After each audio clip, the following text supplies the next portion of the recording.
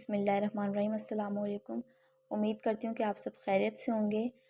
अ, आज की इस वीडियो का हमारा टॉपिक जो है, the most important figure of the ancient Greek philosophy is Plato.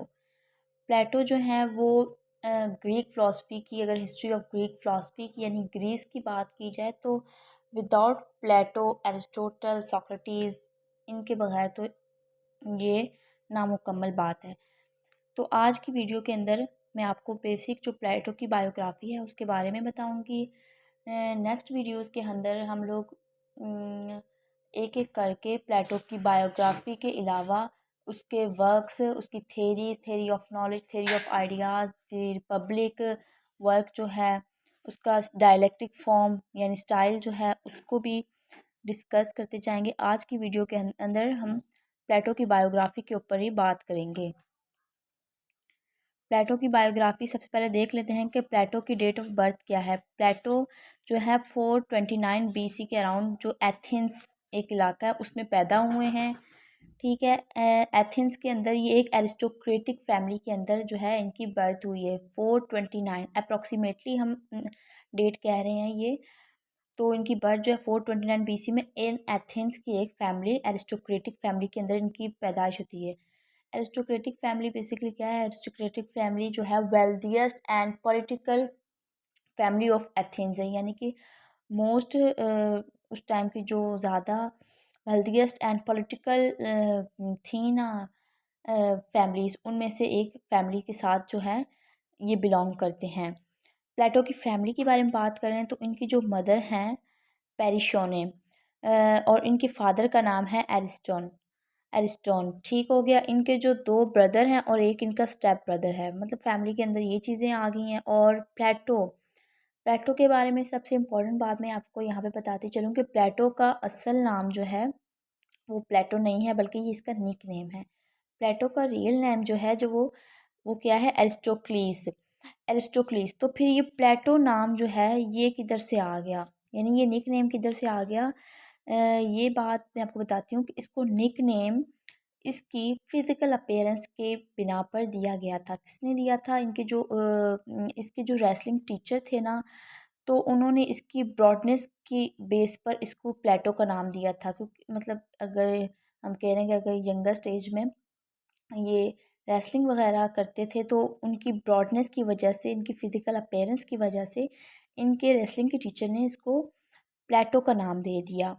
प्लेटो यानी अफलातून। आज के एरा के अंदर दौर में जो हर कोई शरारती बच्चा भी, जिसको भी हम कह लें, तो उसको अफलातून यानी ऐसे शरारती बच्चे के तौर पे हम कहेंगे। तो प्लेटो भी जो थे इसी किस्म के एक चाइल्ड थे, जिस बिना पर इनको नाम प्लेटो दिया गया था, लेकिन इनका जो रियल नेम था वो एरिस्टोक्लीस था। ये हो गई उनकी बर्थ और फैमिली की बात हो गई। और फैमिली में मैं आपको एक बात बताती चलूँ कि इनकी जो मदर थी ना पेरिशोने, इन्होंने रीमैरी किया था, मतलब कि इन्होंने दोबारा शादी की थी अपने ही अंकल के साथ after the death of her husband यानी एरिस्टन। एरिस्टोन की डेथ के बाद इन्होंने अपने अंकल पेरलैम्पस के साथ जो है वो रीमैरी किया था, दोबारा शादी की थी। ठीक है, अब इसके बाद हम बताते हैं कि most influential events in the life of Plato कौन से हैं, कि जिन्होंने प्लेटो की लाइफ पर असरअंदाज किया, इन्फ्लुएंस किया है, जिसकी वजह से प्लेटो की लाइफ चेंज हुई है, या इतने हम लोग को उनके काम करने को दिखाई देते हैं। सबसे पहला जो है, मैं आपको यहाँ पे एक बात बता दूँ, सोक्रेटिस। हमने सोक्रेटिस के ये प्लेटो से जो पिछले फिलोसफर हमने पढ़े हैं वो सोक्रेटिस यानी सुकरात को पढ़ा है, सोक्रेटिस।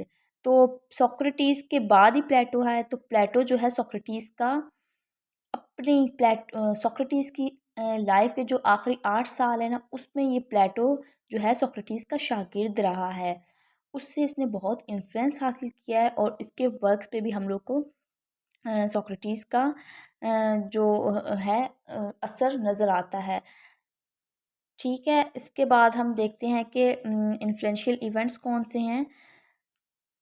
कहा जाता है कि प्लेटो ने किसी दौर में पोएम्स वगैरह यानी राइटिंग भी की थी, सेल्फ राइट किया, तो लेकिन सोक्रेटिस की शागिर्दी में आने के बाद उसने वो भी जो है वो ज़ाया कर दिया, क्योंकि सोक्रेटिस से मिलने के बाद इसने अपना माइंड अलहदा बना लिया था।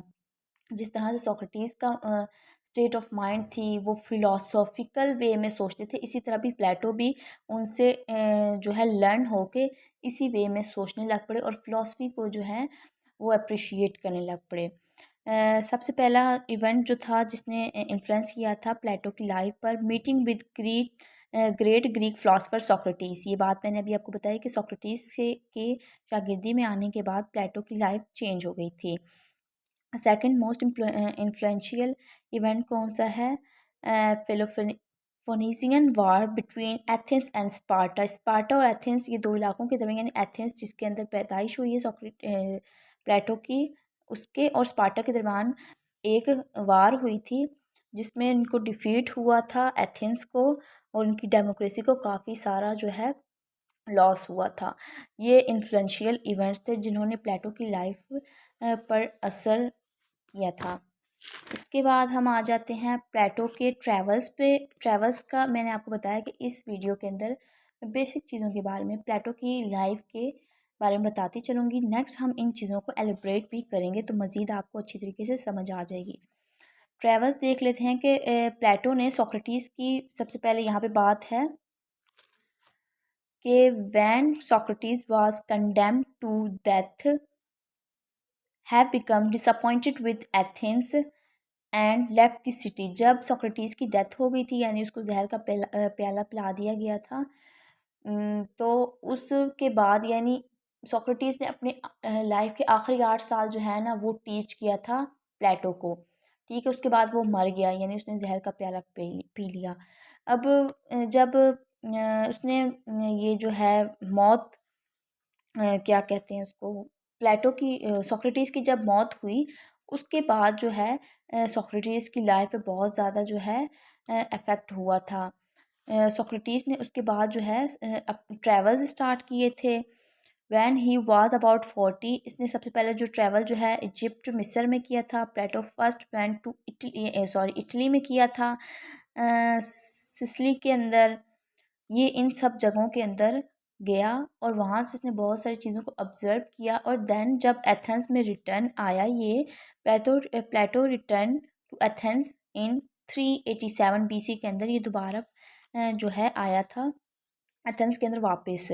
ठीक है, यहाँ पर जब इसने ये आया तो इसने एक एकेडमी नामी स्कूल खोला था क्योंकि ये सोक्रेटिस का शागिर्द था और इसने अपना वे ऑफ माइंड जो है वो चेंज कर दिया था। ये फ़िलोसॉफ़िकल वे में सोचने लग पड़ा था और यही चाहता था कि लोग भी लोगों को इसी तरह से टीच कर सकें, ताकि वो भी फ़िलोसॉफ़िकल यानी आइडियलिस्टिक वे के अंदर सोच सकें। बेसिकली मैं आपको एक बात बता दूँ यहाँ पे, जो मैंने आगे चल के आपको बतानी थी, कि ये आइडियलिस्ट था। प्लेटो जो था वो आइडियलिस्ट था। मिथ्स के ऊपर इसने बहुत कंसंट्रेट किया है, उनको रिजेक्ट जैसे भी आगे हम देखेंगे किया है। तो ये आइडियलिस्टिक वे में सोचता था, नॉट फिनोमिनल वे में नहीं। यही वजह थी कि एरिस्टोटल, यानी इसका जो आगे शागिर्द आ रहा है, एरिस्टोटल और प्लेटो के दरमियान जो आर्गुमेंट की वजह है वो यही है कि प्लेटो की जो है वो थियोरेटिकल थॉट थी। ठीक है, और जो एरिस्टोटल होगा उसकी जो है फिनोमिनल, यानी चीज़ों मटीरियलिस्टिक ऐसे हम कह सकते हैं, उस वे में उसकी थॉट है। मज़ीद हम देखेंगे तो आपको अच्छे तरीके से समझ आ जाएगा। अब यहाँ हम बात कर रहे थे कि प्लेटो रिटर्न जब आया था एथेंस के अंदर 387 बीसी के अंदर, तो फिर इसने एक स्कूल बनाया था एकेडमी नाम से। अगर हम कहेंगे ये वर्ड जो एकेडेमिक्स है ना, यानी तालीम, ये हम लोग को बेसिक कहाँ से मिलता है, ड्राइव फ्रॉम, कह सकते हैं कि प्लेटो की एकेडमी के वर्ड से ही हम लोग को ये एकेडेमिक्स का वर्ड मिलता है। तो फिर यहाँ पर आके इसने लोगों को टीच किया और अपनी राइटिंग से इन्फ्लुएंस किया। आगे हम देख लेते हैं कि इसके मैं आपको वर्क्स के सिर्फ नेम यहाँ पे बता देती हूँ। ठीक है, नेक्स्ट जो इम्पोर्टेंट वर्क्स हुए उसको हम वन आफ्टर दी अदर जो है इन डिटेल डिस्कस करते चलेंगे। यहाँ पर इसके वर्क्स के मैं आपको नाम बता दूँ। द मोस्ट इम्पॉर्टेंट वर्क जो है द रिपब्लिक, ठीक है, सिम्पोजियम, फीडो, द एपोलॉजी, पार्मेनाइड्स, टाइमीसियस, ये सारे जो हैं इसके प्लेटो के की वर्क्स हैं। और भी बहुत सारे हैं लेकिन ये मोस्ट इम्पॉर्टेंट यही वाले हैं। ठीक है। द रिपब्लिक के अंदर जो है इसने क्रिटिकल लिटरेरी क्रिटिसिज्म किया है, पोइट्री पर भी, पोस्ट पर भी। वो मैं अलहदा से जब वीडियो कवर करूँगी तो उसके अंदर आपको इन डिटेल समझा दूँगी। और सिम्पोजियम में भी इसने सोक्रेटिस के आई थिंक डेथ के बारे में बात की है। एपोलॉजी के अंदर मुझे लगता है इसने उसके बारे में बात की है, सोक्रेटिस को जो चार्जेस हुए थे उस बारे में। इसी तरह इसने अपने इन सब वर्क के अंदर बात की है इन डायलेक्टिक वे में, क्योंकि इसका स्टाइल जो हम आगे देखेंगे स्टाइल पर मैं आपको मज़ीद बता दूंगी कि इसका जो स्टाइल था वो डायलेक्टिक स्टाइल था। आज की वीडियो के लिए इतना ही। होपफुली आप लोग को समझ आ जो हो गया होगा कि प्लेटो की बायोग्राफी में यही सारी मेन चीज़ें आती हैं। मज़ीद हम इनको एलिब्रेट करेंगे, इसके वर्क्स को, जो इसका स्टाइल है, थेरीज़ हैं, वो आगे आपको मज़ीद समझ आ जाएगी।